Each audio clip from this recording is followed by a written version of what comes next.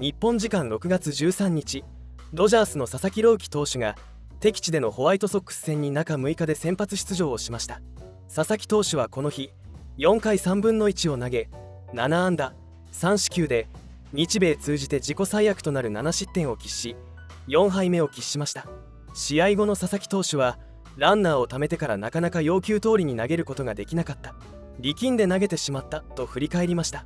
またロバーツ監督も試合後のインタビューでスプリットのコントロールが定まっていなかった、しかし今夜のストレートの球速は出ていたし勢いもあったと述べ、朗希の状態を楽観的に捉えていることを示しました。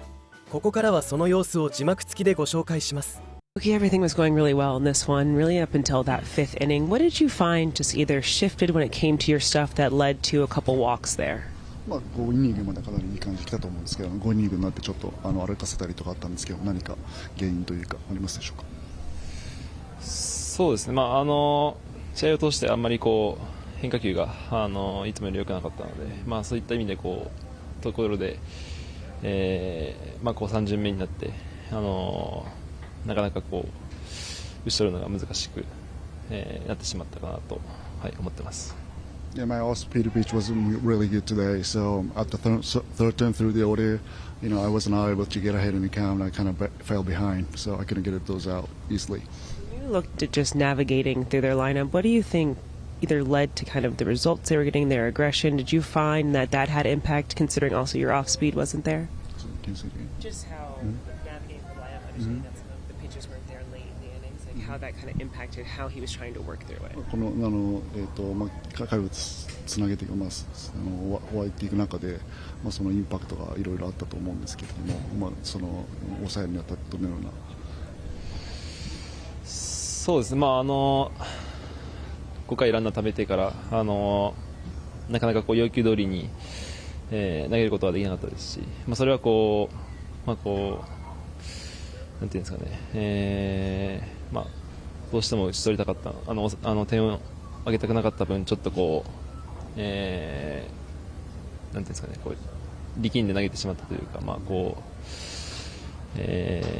っと力でいこうとしてしまった部分、ちょっとゾーンに行きにくくなって、その後の修正がまたうまくいかなかったかなとは思ってます。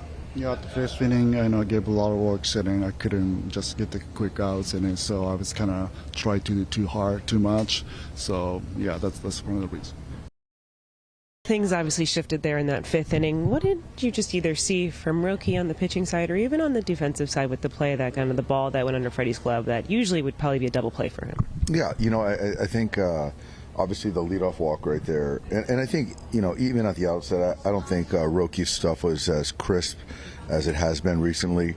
You can see that he couldn't land the split, really didn't have command of it. And then, you talk about that inning and, the leadoff walk, then there's a flare in there, and there's a potential double play ball that we just couldn't get a handle on. And then at that point in time, I just thought, didn't do any work on Vargas, and something was out over.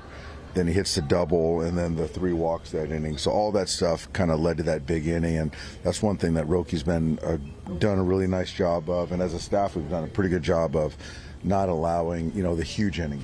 And, the last couple times in the last 4 or 5 games, we've given up big numbers, and that unfortunately that happens. When you look at Roki's stuff and how you mentioned it just wasn't as sharp per se, what part of it was kind of missing for you? And just did it feel like this potentially was a step backwards, or do you still feel like he's in a good spot moving forward, just an off night? I think he's in a good spot. I think certainly it's not the outcome that we wanted, but I think tonight I thought the fastball velocity was good. The fastball had good life to it. I just thought he just couldn't command that split. And so you look back the last 7 outings, he's been able to strike it, he's been able to shorten it for swing and miss, and today he just couldn't do that. The bigger innings for you guys recently as a team, how much of that has come down to strike throwing and not playing behind and walking guys? Yeah, that's what it is. I think that you're giving away free bases, and then you're allowing slug. And so when you see numbers of 7 or 5 or 4, 6, those are hard to overcome. But when you can give up 1, 2, 3 limit damage, then you have a chance to win. And as good as our offense is, you just can't. It's hard to weather those innings. second inning kind of feel like it loomed large too, to not get more out of that as the game went on? Yeah, I thought the K kid got a good arm. Haven't seen him. I thought we put ourselves in a good position to put up a big crooked number to stress those guys. But yeah, you come away with 2 or 1 and 1 or 2 runs in 1 inning, and we had a chance situationally to hit a fly ball, let alone get a base hit, to really kind of put some distance in the game, but it just didn't happen. Where do you make where Trinan's at right now, and what you guys have kind of seen out of the ups and downs with him this year? Yeah, I think Blake physically feels good. I think that certainly doesn't feel confident with his entire pitch mix. The sinker's been good all year. Today the ball was up a lot. Obviously, kind of with where we were at, he had a run of left-hand hitters, and you still got to find a way to minimize some damage there. But he wasn't able to do that. I think overall, trying to get him to get some confidence. I think that he's been there, done that, but I think even him, you got to have some success, by way of performance to feel good when you take the mound. Is this the carryover from that from last year, especially like the lack of confidence and the stuff you were kind of talking about at the end of last year with him? I don't know. I'd like to think not, given how long he's been around. Can't really recall the spring. I thought early on in the season, I thought he was very good. I think his first, 4 or 5 outings, he was dynamic and lights out. And then at that point on, it just kind of gone south right there. But, got to kind of find a way to get him in some good runs and then reset him and get him on a good run here. Do you think that Rookie might be a little better equipped to kind of flush a start like this now that he does have more of a foundation of success at this level? I think so. I think so. Yeah. I mean, I don't think you can expect him to be, perfect every time out. He's on a good run. He really is. And so it is a good test for a young player that, after he has one like this, how he responds. That's something that we're all waiting to see. But I do think that he's equipped now with a kind of a good base of some success. Hey Dave, can you talk about your relationship with Will Venable and what the job he's doing over there with the White Sox? Will's doing great. He's a little brother to me. He's a mentee of mine. I love the way he leads people. He's doing a great job with the White Sox. It's fun coming here, and I remember a few years back it was empty, and there was a lot of dismay here in the South Side, and now there's a lot of energy, excitement. They're in first place.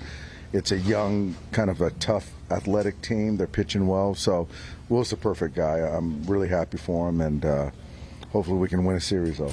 Can you add on to that with Vargas, the season he's having? He was in your organization. You guys traded him here, and he's been blossoming this season. Yes, he's thriving, and with young players, it takes time.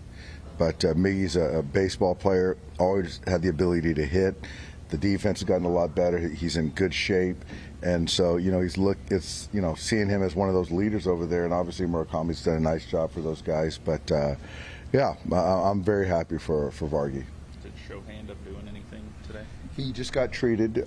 So talking to the training staff just right now, I'm optimistic, but I want to get him through tonight, get him here, go through some semblance of a workout, getting his body ready, and then we'll go from there. いかがでしたでしょうか。このチャンネルでは MLB で活躍する日本人選手の最新情報を中心にどこよりも熱くお届けします。専門家の分析や選手の生の声で観戦がさらに面白くなりましたら、ぜひチャンネル登録と高評価をお願いいたします。皆様の応援が励みになります。